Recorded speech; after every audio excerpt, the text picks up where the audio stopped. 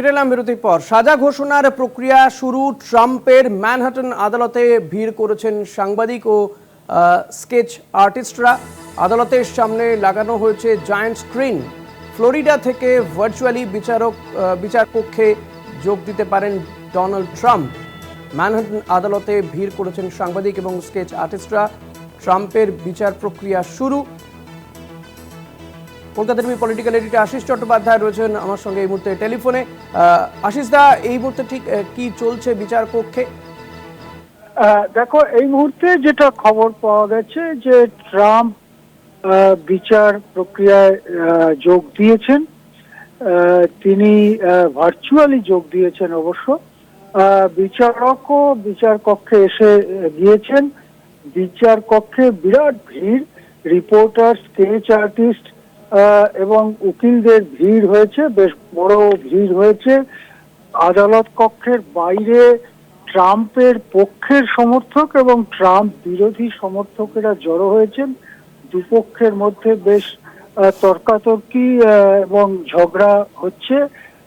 দেখা যাচ্ছে যে যারা ট্রাম্পের সমর্থক তারা মেক আমেরিকা গ্রেট এগেন এই ধরনের সব স্লোগান দিচ্ছে, আর ট্রাম্পের বিরোধীরা ট্রাম্পকে মিথ্যাবাদী ইত্যাদি বলছে। এই পরিস্থিতিতে যে কতগুলো আনুষ্ঠানিক প্রক্রিয়া আছে সাজা ঘোষণার আগে, সেই প্রক্রিয়াগুলো চলছে। আদালত কক্ষের সামনে জায়ান্ট স্ক্রিন টানানো হয়েছে, জায়ান্ট স্ক্রিন থেকে যাতে বাইরে যারা জড়ো হয়েছেন তারা সকলেই দেখতে পান। এবং ওখানে সরকারের পক্ষের উকিল তিনি প্রথমে বলবেন, তারপরে ট্রাম্পের উকিলরা বলতে পারেন, তারপরেই বিচারক সাজা ঘোষণা করবেন, এরকমই জানা যাচ্ছে। আশিস দা, এক্ষেত্রে যারা কলকাতা টিভির পর্দা এই মুহূর্তে নজর রেখেছেন তাদের জন্য আরেকবার একটু জানতে চাইবো যে এই যে ট্রাম্পের বিচার প্রক্রিয়া শুরু হয়েছে, এই কোন মামলার পরিপ্রেক্ষিতে এই বিচার প্রক্রিয়া চলছে সেটা যদি একবার পরিষ্কার করে দেন।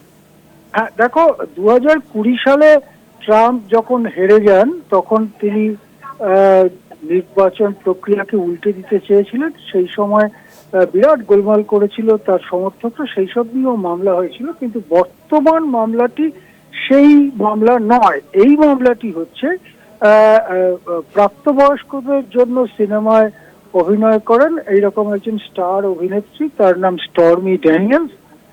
তার সঙ্গে ট্রাম্প সম্ভবত শারীরিক সম্পর্কে জড়িয়ে পড়েন। পরে যখন ট্রাম্প বুঝতে পারেন যে স্টর্মি ড্যানিয়েলস সেটা লোকজনকে বলে দিতে পারেন এবং সেক্ষেত্রে তার রাজনৈতিক ক্ষতি হতে পারে, মানহানি হতে পারে, তখন স্টর্মি ড্যানিয়েলসকে নাকি ট্রাম্প বিপুল পরিমাণ টাকা দেন, প্রচুর টাকা দেন, এবং সেই টাকা নিজের ব্যবসার থেকে দেন। কিন্তু ব্যবসার খাতাপত্রে তিনি জিনিসটাকে অন্যভাবে দেখান, অর্থাৎ অন্যান্য খাতে খরচ হয়েছে বলে দেখান, সত্য গোপন করে। এই মামলাতেই দীর্ঘদিন চলার পরে আজকে সাজা ঘোষণা হতে চলেছে। ধন্যবাদ আশিস দা। কথা বলছিলাম Kolkata TV political editor Ashis চট্টোপাধ্যায়ের সঙ্গে।